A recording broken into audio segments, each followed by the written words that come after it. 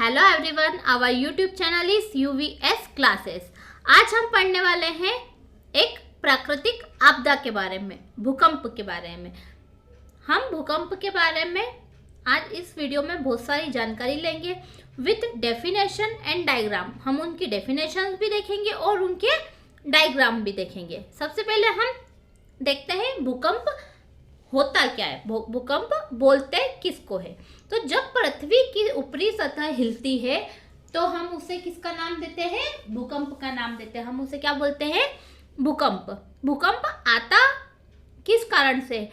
बहुत सारे रीजन से आता है, जैसे ज्वालामुखी विस्फोट से, परमाणु धमाके से, खदानों की खुदाई से। पर जो उसका मेन रीजन रहता है वो क्या रहता है कि अपनी पृथ्वी जो रहती है, मतलब धरती जो रहती है, उसके अंदर क्या होता है, टेक्टोनिक प्लेट्स होती है। तो वो टेक्टोनिक प्लेट्स जब खिसकती है तो क्या होता है? भूकंप आता है। आगे बढ़ते हैं हम। भूकंप हर साल कितने आते हैं? तो भूकंप यूं तो पृथ्वी पर कितने आते हैं? 5 लाख। हर साल कितने आते हैं?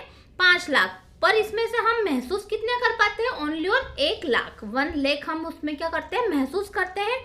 और जो 100 भूकंप मीन्स 100 भूकंप ऐसे रहते हैं जो हमारे को नुकसान पहुंचाते हैं, हमें नुकसान पहुंचाते हैं, जो विनाशकारी होते हैं। आगे बढ़ते हैं। भूकंप रहता कितनी देर तक है? वैसे तो नॉर्मल कोई बता नहीं सकता है कि भूकंप कितनी देर के लिए आता है, बट फिर भी वो जो रहता है भूकंप, वो ओनली ऑन कितनी देर के लिए रहता है? 1 मिनट के लिए आता है। बट 2004 में, मतलब 2004 में इंडियन ओशन में आया भूकंप 10 मिनट तक आया था। जो हिंद महासागर में आया था वो कितने मिनट के लिए आया था? 10 मिनट के लिए, जो अब तक का सबसे बड़ा या फिर सबसे लंबा भूकंप हम उससे बोल सकते हैं। आगे बढ़ते हैं। भूकंप के बारे में एक अमेरिकन वैज्ञानिक थे, उनका नाम क्या था? Charles Francis Richter. उन्होंने एक रिचर स्केल की खोज की थी, जिसे हम इंग्लिश में रिचर स्केल बोलते हैं और हिंदी में रिक्टर स्केल बोलते हैं। तो अब ये बनाई क्यों थी उन्होंने इसकी खोज क्यों की थी? क्योंकि भूकंप जब आता था तो हमें ये तो पता चल जाता था कि कितने टाइम के लिए आ रही है, पर वो किस तीव्रता के साथ में आ रहा है यह हमें पता नहीं लगता था। तो ये जो वैज्ञानिक थे, इन्होंने उसकी रिचर स्केल की खोज की, जिससे हमें उसकी तीव्रता का भी पता लगा। अब जो रिकॉर्ड किया गया है, जब वो रिचर स्केल आ गई तो फिर हम उसको रिकॉर्ड करने लग गए कि कब आया, कैसे आया। तो सबसे बड़ा जो रिकॉर्ड है वो कब का है? 22 मई का है। 1960 में चिली आया था, चिली में आया था, और उसकी तीव्रता कितनी थी? 9.5 थी। जो भूकंप आया था उसकी तीव्रता 9.5 थी।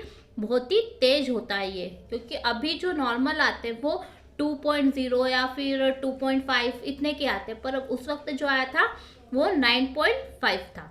आगे बढ़ते हम। अर्थक्वेक, सबसे ज़्यादा अर्थक्वेक मतलब भूकंप आने की आशंका कहाँ पर रहती है? तो जापान में रहती है। जापान में हर साल 1500 भूकंप आते हैं, 1500 भूकंप आते हैं, लेकिन ज़्यादातर तो वो महसूस ही नहीं होते क्योंकि वो कमज़ोर रहते, तो ज़्यादातर महसूस नहीं होते, कुछ महसूस होते हैं। आगे बढ़ते हैं हम।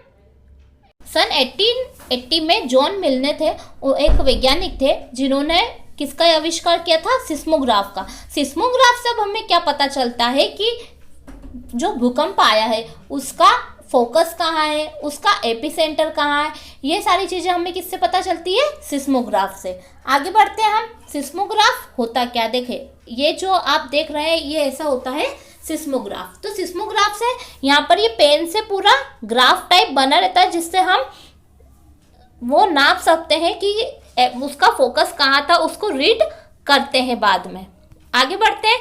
जैसे ये रिचर स्केल है, अब रिचर स्केल जो रहती है उसमें आप देख सकते हैं जो 0 से 1 रहता है उसमें हमें भूकंप महसूस नहीं होता है, और सबसे ज़्यादा जो 8 to 10 या फिर 8 to 9 अपन बोल सकते हैं वो बहुत ही ज़्यादा क्या रहता है? बड़ा रहता है, जो बहुत ही ज़्यादा हमारे लिए विनाशकारी होता है, बहुत ही भयंकर होता है। आगे बढ़ते हैं हम। अब हमने अभी सिस्मोग्राफ में बात की थी कि उसका फोकस कहाँ रहता है, भूकंप का एपिसेंटर कहाँ रहता है। तो ये क्या होता है, हम इसके बारे में थोड़ी जानकारी लेते हैं। सबसे पहले हम फोकस के बारे में बात करते हैं कि भूकंप जहां से आता है वो उसका क्या हो जाता है, फोकस हो जाता है, और एपिसेंटर उसके ठीक ऊपर रहता है, एपिसेंटर उसके ठीक ऊपर रहता है। और यदि हम इसकी दूरी नापने जाएं तो हम बोल सकते हैं कम से कम 20 किलोमीटर ये है, जो अभी दिल्ली में, मान सकते हैं कि हम दिल्ली में आया था। अब उसके बाद में हमने अभी ये फोकस की बात की, एपिसेंटर की बात की। अब अपने को ये पता करना है यदि कि जो भूकंप है वो कितनी दूर तक आता है, कितनी दूर तक नुकसान पहुंचाता है। तो वो कैसे पता चलता है, वो सिस्मिक वेव्स, यहाँ पे जो वेव्स निकलती है वो कितनी दूर तक रहती है, उतनी दूर तक भूकंप के झटके महसूस कर सकते हैं, या फिर हम बोल सकते हैं किए जाते हैं। उम्मीद है आपको ये वीडियो पसंद आया होगा। Thank you.